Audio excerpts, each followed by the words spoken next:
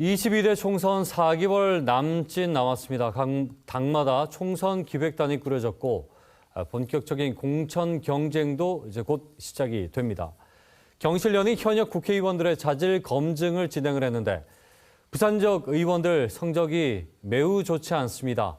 부산경실련 도한영 사무처장과 함께 그 결과 얘기 나눠보겠습니다. 예, 어서 오십시오. 네, 반갑습니다. 자, 이번에 경실련이 평가한 국회의원들의 자질 검증 어떤 기준으로 평가가 된 겁니까? 네, 이제 그 부산경실련에서는 이제 현역 국회의원 자질 검증 기준을 크게 두 가지로 나누었습니다.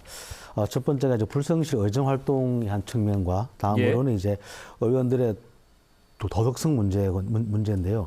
예, 불성실 의정 활동을 본다라면 어찌 보면 이제 의원들의 가장 기본적인 활동이라고 볼 수 있을 것 같습니다. 그래서 이제 국회의원들의 법안 발의라든가 그리고 이게 이제 본회의 결성률, 상임 및 결성률, 그리고 이제 사회적 물의를 이렇게 해서 총 네 가지 부분으로 봤고요. 네네. 그리고 이제 과다 부동산 보유하고 과다 주식 보유, 전과 경영 총 7개 분야에서 이렇게 저희들이 평가를 좀 기준을 세웠더랬습니다. 예. 그리고 이제 법안 발의나 본회의 결성률이나 상임위 결성률은 상대평가 해서 상위 10명으로 이제 봤고요. 나머지 사회적 물의부터 전과 기록까지는 해당 의원들이 이 항목에 해당하면은 한 건으로 규정해 평가를 좀 하였습니다. 21대 국회의원 전체 의원직 이제 상실된 의원직 상실과 함께 그리고 보궐선거를 합치면 총 316명인데요. 이 중에 이제 사회적 물의를 일으킨 의원이 24명, 그리고 이제 과다 부동산 보유가 81명, 과다 주식 보유가 55명, 전과 경력이 51명 이렇게 저희들이 좀 집계하고 평가를 하였습니다. 자, 이게 뭐 정량 평가 부분도 있고, 그렇죠. 또 나머지는 사회적 물의 부분은 우리가 통상적으로 아는 수준의 그런 것들일 테고. 과다 부동산 주식 이 얘기는 할 때마다 많은 유권자분들이 허탈해하는 부분이기도 합니다.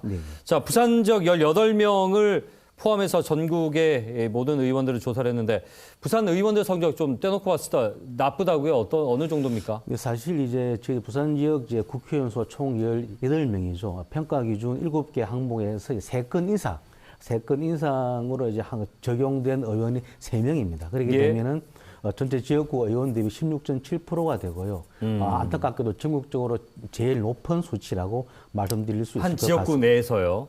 부산 지역구 내에서.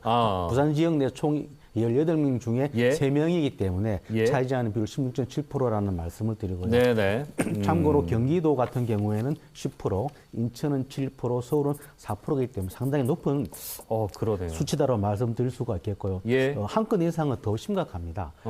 총 한 건 이상으로 이제 거기에 관계된 의원들은 부산 지역 총 18명 중에 15명인데 무려 83.3%가 됩니다. 전국 제17개 광역시도에서 강원, 광주에 이어서 하위를 차지하고 있고요.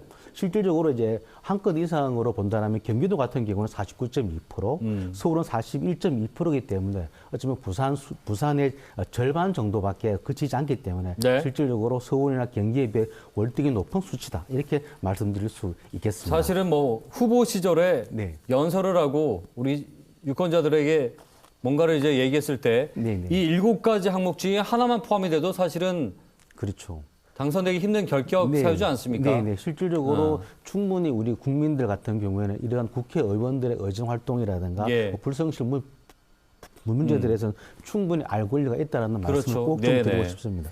자, 이 경실련이 기준으로 정한 평가에서 가장 낮은 점수를 받은 의원들 좀 살펴보죠. 조금 전에 이제 3건 이상 3명이라 그랬는데 아무래도 이분들인가요? 네, 맞습니다. 말씀을 드리면 3건을 받은 의원은 이제 백종원 의원, 이주환 의원, 전봉민 의원인데요. 백종원 의원 같은 경우는 과다 부동산, 과다 주식, 전과 기록 이렇게 각각 이렇게 해서 3건으로 나와 있습니다. 이주환 의원 역시 이제 과다 부동산하고 과다 주식 그리고 전과 기록해서 3건이고요. 정봉민 의원은 사회적 물의 1건과 과다 부동산, 과다 주식 이렇게 해서 총 3건, 총 3명의 의원이 각각 3건씩의 그런 어떤 항목에 좀 적용되고 있다. 이렇게 말씀드릴 수 있겠습니다. 본회의와 상임위 결성률 같은 경우는 상위 10%입니까? 그 기준이 있습니까? 실질적으로 이제 부산 지역 18명의 지역구 의원 중에 본회의 출석률이라든가 상임위 출석률이 그다지 나쁘지 않는 것으로 일정 정도 출석률 자체는 일정 정도 양호한 것으로 저희들 파악이 좀 되었습니다. 자, 일단 저 눈에 띄는 부분을 보면은 18명 의원들 중에 14명이 과다 부동산을 보유하고 있다는 점인데 이거 좀 설명을 해 주시죠. 실질적으로 18명 중에 14명이 과다 부동산 보유입니다. 사실 이제 저희들이 볼 때는 부동산 문제 일단은 실거주가 우선이어야 된다. 그리고 집값이라는 가격 그리고 주택 보유 수 이런 부분을 좀 봤고 특히 또 임대업도 저희들이 좀 살펴보았습니다.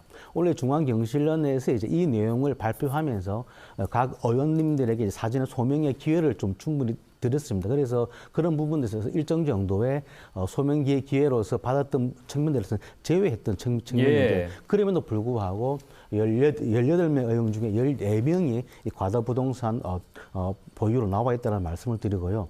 세부 내용을 본다라면은 상당수가 비주거용 부동산이 상당히 많습니다. 그리고 이제 주택이나 아파트나 주택이 이제 3채 이상 의원님들도 상당수가 있고요. 임대업을 하신 분들도 있습니다. 결국은 이제 우리가 볼 때는 이러한 부분들이 일정 정도 이제 부동산으로 돈을 버는 것은 아닌지에 대한 기본적인 의구심을 가질 수밖에 없고요. 실질적으로 서울 지역이 아닌 분들에 대해서 일정 정도 억울해 할 수는 있겠습니다만 기본적으로 실거주가 아닌 부동산을 보유하고 있고 결국은 이러한 어떤 집값에 대한 시세 차익을 노린 것으로 볼 수 있기 때문에 고위공직자로서의 어떤 좀 모범을 보유하는 측면에서 사실 이제 부동산 문제는 전 정권 때부터 가장 우리 국민들이 민감해하는 문제였는데 맞습니다. 정권이 바뀌었음에도 여러 가지 이제 상당히 역설적인 부분이 있네요. 지금 이 말씀 들으니까. 자, 그리고 7가지 중에 하나도 해당하지 않는 경우, 그러니까 등수로는 가장 상위에 있는 의원들이겠죠. 이 3명이 누군지 하고. 그리고 그러나 또 이것도 좋은 성적이 아니라고요. 네, 맞습니다. 네, 부산에 지금 그 영권의 의원은 이제 그 조경태 의원하고 박재호 의원, 전재수 의원 3명인데요.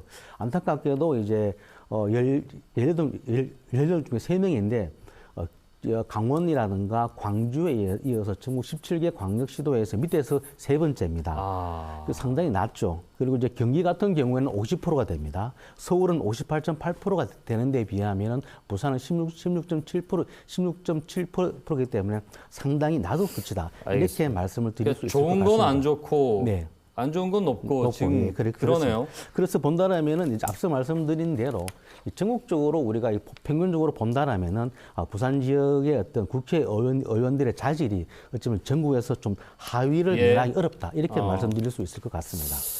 유권자인 우리 부산 시민들이 반드시 알아야 하는 것인데 왜 그럴까요? 실질적으로 이제 유권자 부분들, 우리 시민들은 우리 국회의원들이 과연 얼마만큼의 의정 활동을 잘 하는지 되게 많이 알고 싶어 합니다. 그럼에도 불구하고 아직까지 그런 부분들에 대해서 잘 알려지지 않다는 측면이 있기 때문에 반드시 유권자에게 정보 제공을 하는 것은 매우 중요하다라고 좀 판단이 들고요. 조만간에 이제 지금 거대 양당들이 총선을 임박하면서 혁신이라든가 총선기획단을 구성을 해서 공천 배제라든가 공천 심사를 하고 있습니다. 그렇기 때문에 저희들은 이러한 평가들이 충분히 그 공천 심사 기준에 반드시 반영이 되어서 충분히 우리 유권자들이 이런 어떤 평가 기준들을 잘 좀 이해하고 이러한 어떤 요구들이 공천 심사나 공천 과정에 반드시 좀 적용됐으면 하는 바람에서 저희들이 이렇게 평가를 했다고. 자, 지금 말씀하신 대로 이전에도 이런 경실련의 평가가 있었지 않습니까? 그랬을 때 이전 국회에서는 어땠습니까? 이게 실제 공천 배제에 영향을 좀 줬습니까? 실질적으로 저희들이 이제 공천 심사나 공천 배제에 대한 일정 정도 발표를 했습니다만 그다지 많은 영향력을 갖지는 못했습니다. 하지만은 이번에는 저희들이 이제 부산을 비롯해 전국적으로 같이 이렇게 공동으로 행동을 함으로써 일정 정도 그리고 이제 발표 시기도 상당히 일찍 했기 때문에 일정 정도 지역의 유권자들과 이런 것들을 충분히 공유하면서 각 정당에서 이런 공천심사나 공천 기준에 적극적으로 반영될 수 있도록 하기 위한 활동들을 이후에도 계속적으로 진행할 계획입니다. 알겠습니다. 자, 내 손으로 뽑고 끝이 아니라 내 손으로 뽑은 국회의원이 어떻게 하고 있는가를 가장 잘 나타내는 지표일 수도 있습니다. 이런 부분들은 좀 인지를 하고 또 이제 4개월 앞으로 다가온 총선을 이제 유권자들이 또 준비해야 되지 않겠습니까? 자, 오늘 말씀은 여기까지 듣겠습니다. 고맙습니다. 자, 부산경실련 도한영 사무처장과 함께 얘기 나눠봤습니다.